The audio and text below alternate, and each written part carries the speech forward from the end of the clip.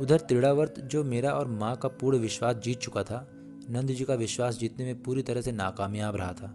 यह नहीं कि उसने कोशिश नहीं की, उसने एक दो बार नंद जी के निकट आने का प्रयत्न भी किया था, लेकिन नंद जी की उस पर तीखी दृष्टि बनी रही। नंद जी और उनके दोनों चाकर लगातार त्रिड़ावर्त पर कड़ी नज़र रखे हुए थे। त्रिड़ावर्त की लाख कोशिश के बाद भी उनकी ओर से उसमें कोई ढिलाई नहीं बरती जा रही थी। अब त्रिड़ावर्त यहाँ एक मकसद से आया था। दिन बीतते जा रहे थे, पर वह कुछ कर नहीं पा रहा था। नंद जी का कड़ा पहरा तोड़ने में वह पूरी तरह असफल हो चुका था। वह गोकुल से उकता भी गया था, लेकिन कार्य को अंजाम दिए बगैर जा भी नहीं सकता था। परंतु कहते हैं ना कि सब्र का फल मीठा होता है। उसी तर्ज पर आखिर एक दिन उसको मौका मिल ही गया। उस दिन ना सिर्फ नंद जी किसी कार्य से बाहर गए हुए थे, बल्कि मजबूरी वश उन्होंने दोनों चाकरों को भी अपने साथ ले जाना पड़ा था। त्रिड़ावर्त तो कब से ऐसे ही किसी मौके की तलाश में था। भला उसे कंस के आदेश पालन का इससे सुनहरा मौका और क्या मिलने वाला था। बस उसने रंग बिरंगे पक्षी पकड़ने का लालच देते हुए मेरे सामने यमुना किनारे जाने का प्रस्ताव रखा। मैं तो प्रस्ताव सुनते ही मारे खुशी को उछल पड़ा। उधर माँ भी अब त्रिड़ावर्त के लिए कोई बाधा नहीं थी। उसने मुझे खुशी खुशी त्रिड़ावर्त के साथ जाने की इजाज़त दे दी। मैं तो इजाज़त मिलते ही खुशी से झूम उठा। खुश तो त्रिड़ावर्त भी कम न था। फ़र्क सिर्फ इतना है कि दोनों की खुशी की वजह अपनी अपनी थी।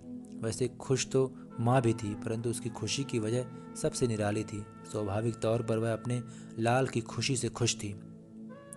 बस मैं त्रिड़ावर्त की उंगली पकड़े यमुना किनारे जाने निकल पड़ा। खुश खुश में कूदते फांदते उसके साथ चले जा रहा था। उत्साह में तो इतना था कि अपने छोटे पाँव के बावजूद त्रिड़ावर्त के साथ कदम से कदम मिलाकर चल रहा था। जब पिंजरे में बंद पक्षी मुझे पागल किए हुए थे, तो उन्हें पकड़ना क्या से क्या कर देगा। यानी अस्पष्टतः इस समय त्रिड़ावर्त के दिमाग में क्या चल रहा है, इससे मेरा निर्दोष बालक मन पूरी तरह अनजान था। अर्थात अन्य बालकों की तरह इस समय मैं भी अपनी निर्दोषता के ही भरोसे था, तो इसमें कुछ बुरा भी नहीं था। इस प्रकृति में निर्दोषता से ज़्यादा सुरक्षा और कोई प्रदान नहीं कर सकता है। खैर, अभी तो यहाँ उत्साह का मारा मैं बेचारा त्रिड़ावर्त की उंगली पकड़े पकड़े यमुना किनारे पहुँच चुका था। उधर यमुना किनारे पहुँचते ही त्रिड़ावर्त ने पक्षी बुलवाना प्रारंभ कर दिया। इधर मैं उत्सुकतावश उसकी हर अदा बड़े ध्यान से निहार रहा था। कमाल था, वह तरह तरह के पंक्षियों की आवाज़ निकालकर उन्हें अपनी ओर आसानी से बुला लिया करता था, मानो पक्षी उसके आने का इंतज़ार ही कर रहे हों। इधर दृश्य भी कमाल का बन गया था। सामने यमुना किनारा तरह तरह की आवाज़ निकालकर पक्षियों को अपने पास बुलाता त्रिड़ावर्त, और बड़े ही कौतूहल से आसमान में उड़ते पंक्षियों को अपने पास आते देखता मैं। इन सब के चलते अजब हालत हो गई थी। एक तरफ मारे खुशी के पांव जमीन पर नहीं पड़ रहे थे, तो दूसरी तरफ नज़र थी कि आसमान से हटने को तैयार नहीं थी। और इस बीच जैसे कि कोई पंछियों का बड़ा झुंड आता, मैं कूद कूद कर तालियां बजाने लगता। वैसे तो आज त्रिड़ावर्त का ध्यान भी पूरी तरह बटा हुआ था। एक तरफ जहाँ वह पक्षी पकड़ रहा था, तो वहीं दूसरी तरफ मुझे बार बार कुछ अजीब निगाहों से देखे भी जा रहा था। यानी उसका अच्छा खासा ध्यान अपनी योजना के क्रियान्वयन पर लगा हुआ था। ये तो ठीक, पर पता नहीं क्यों वह भीतर ही भीतर काफ़ी बेचैन भी नज़र आ रहा था। आखिर जब परेशानी हद से ज़्यादा बढ़ गई, तो उसे दूर करने हेतु उसने मदिरा का सहारा लिया। सहारा क्या लिया, वह कुछ ज़्यादा ही पी गया। निश्चित ही वह किसी बड़ी उलझन में फंसा जान पड़ रहा था। वैसे उसकी उलझन भी समझने लायक थी। इतने दिन मुझ जैसे प्यारे बच्चे के साथ खेलने के बाद उसके मन में मेरे प्रति प्यार उमड़ना स्वाभाविक था। अतः मन के किसी कोने में ही सही, वह चाह कर भी मेरा अहित करने में स्वयं को असमर्थ पा रहा था। दूसरी ओर कंस का आदेश था, जिसे पूरा न कर पाने की सजा मृत्युदंड निश्चित थी। अर्थात एक तरफ आत्मा के पतन का डर था, तो दूसरी तरफ शरीर की मौत मुंह फाड़े खड़ी नजर आ रही थी। निश्चित ही उसके पास चुनाव आसान नहीं था, जिसके चलते वह बेचारा वाकई बड़ी दुविधा में फंस गया था। अब वह भी क्या करे। बच्चों की निर्दोषता ही ऐसी होती है कि अच्छे अच्छों को अपनी ओर आकर्षित कर लेती है। कई बार बड़े से बड़ा राक्षस भी परिवार को इसलिए छोड़ देता है कि उनके साथ बच्चे होते हैं। बच्चों की उपस्थिति मात्र राक्षसों तक के पाप को पिघला देती है। तो ऐसे में बेचारे त्रिड़ावर्त का क्या जोर। वह तो एक सीधा साधा पक्षी पकड़ने वाला था। दरअसल उसके इस बुरी तरह असमंजस में फंसने के पीछे का प्रमुख कारण उसका स्वभाव था।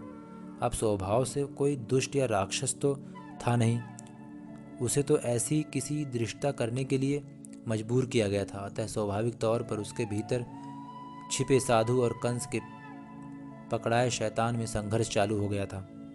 हालांकि उस समय इन सब बातों से अनजान मैं अब भी पंक्षियों से खेलने में व्यस्त था। तभी अचानक क्या हुआ कि त्रिड़ावर्त बेहोश हो गया। शायद अत्यधिक पी लेने का यह परिणाम था। इधर मैं मासूम समझा वह पक्षी पकड़ पकड़ कर थक गया होगा, उधर उसके गिरते ही सारे पक्षी भी उड़ गए। बस पंक्षियों के उड़ते ही मैं उदास हो गया और उसी उदासी में चुपचाप बैठा बैठा यमुना को निहारने लगा। मेरे पास त्रिड़ावर्त के उठने का इंतजार करने के अलावा दूसरा चारा ही क्या था। लेकिन उदासी बच्चों के पास ज़्यादा देर तक टिकती कहाँ है। त्रिड़ावर्त नहीं उठता ना सही। मैंने मिट्टी से खेलना शुरू किया। अभी मिट्टी से खेलना प्रारंभ ही किया था कि तभी कहीं से एक विशाल सांप आ धमका। मैं खेलने की धुन में ऐसा रंगा हुआ था कि अपनी उसी धुन में उस सांप से भी खेलने लग गया। सांप को भी मज़ा आ गया, वह भी मेरे साथ खेलने लगा। जानवर यूं भी मनुष्य से ज़्यादा अहिंसक होते हैं, और फिर एक निर्दोष बच्चे के लिए सांप क्या और पक्षी क्या। निश्चित ही जानवर प्रेम और भोलेपन को मनुष्य से बेहतर पहचानते हैं। मनुष्यों में कई कंस होते हैं, लेकिन जानवरों में बमुश्किल ही कोई कंस होता है। अतः जानवर प्रायः निर्दोष बच्चों पर हमला नहीं करते।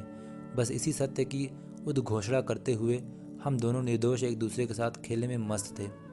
दरअसल मैं मासूम तो इस समय इस सांप को भी त्रिड़ावर्त का बुलाया कोई पक्षी ही समझ रहा था। उधर त्रिड़ावर्त अब भी बेहोश पड़ा हुआ था। तभी कुछ गोपों का झुंड घूमते फिरते यमुना किनारे आ पहुंचा। दूर से ही जब उन्होंने मुझे सांप से खेलते देखा तो वे घबरा गए और तेजी से दौड़ते हुए मेरे पास आए। इससे हल्ला इतना हुआ हो गया कि सांप घबरा कर भाग गया। सांप के भागते ही मैं फिर उदास हो गया।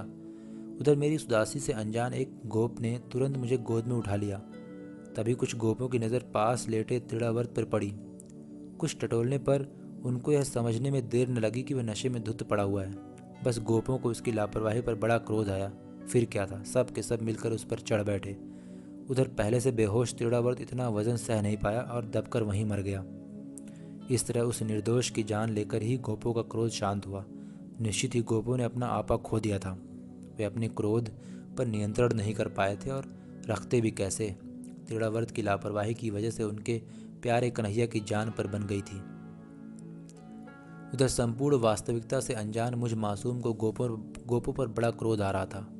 उन्होंने न सिर्फ मेरे प्यारे त्रिड़ावर्त की जान ली थी, बल्कि उसकी मृत्यु के साथ ही मेरे पक्षियों वाले खेल पर हमेशा के लिए पूर्ण विराम भी लगा दिया था। कृपया वीडियो को लाइक करें, कमेंट करें, शेयर करें और सब्सक्राइब करें।